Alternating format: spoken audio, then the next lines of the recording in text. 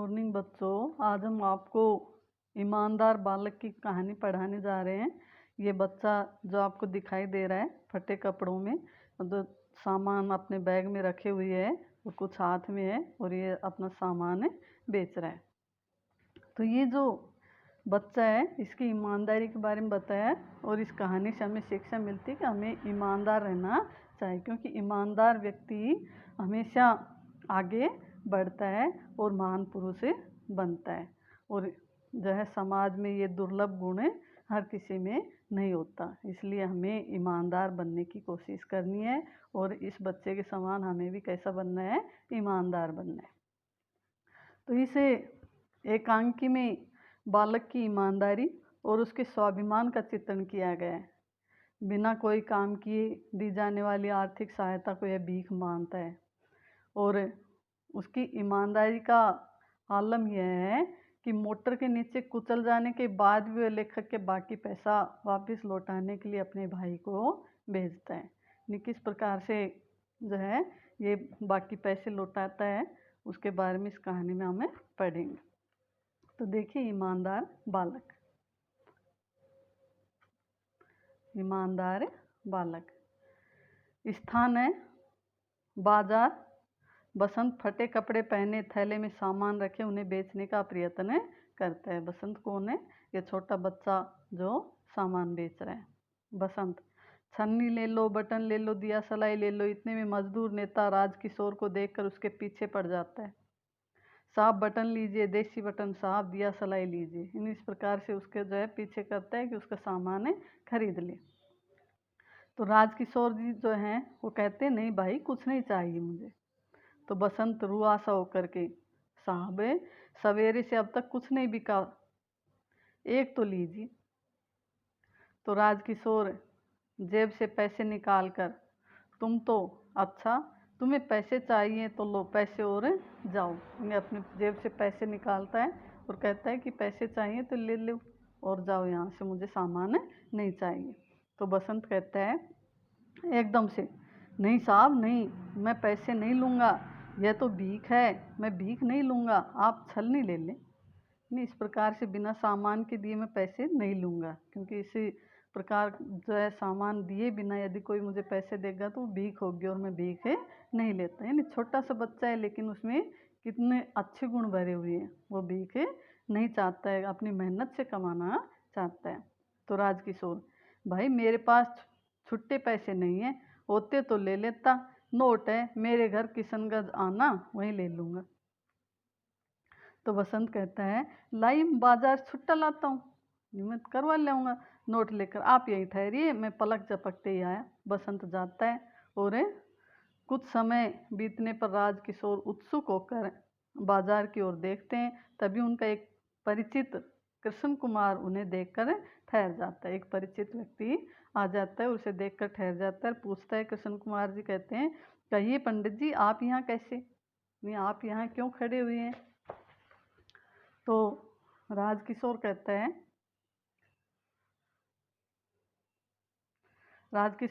है, भाई एक लड़का छलनी दे गया और मुझसे नोट लेकर भुनाने गया है, अभी तक लौटा नहीं, 15-20 मिनट हो गई। यानी छलनी दे गया है और मेरे पास खुले पैसे थे नहीं, तो नोट लेकर के उन्हें छुट्टे कराने गया है, खुले करवाने गया है।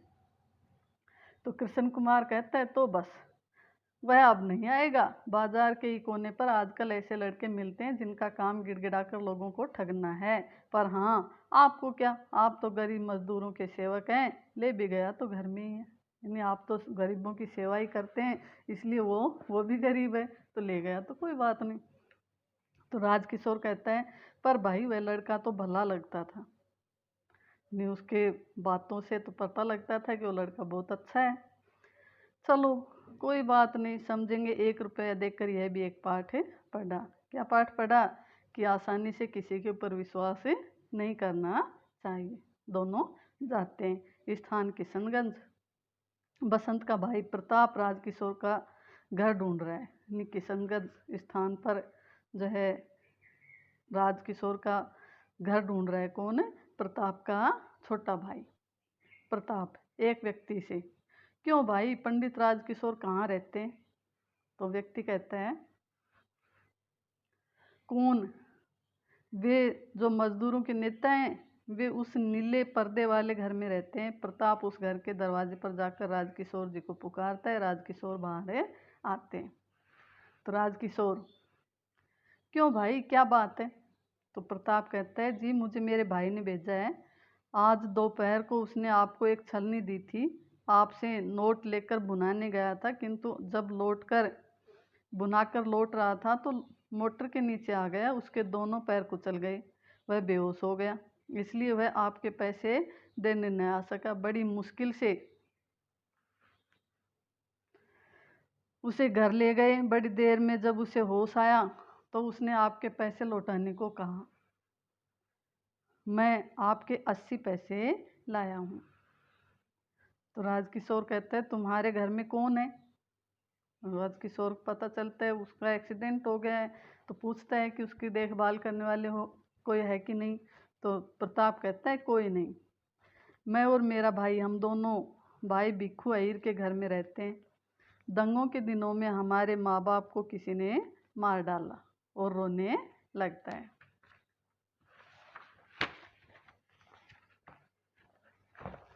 तो राजकिशोर कहता है,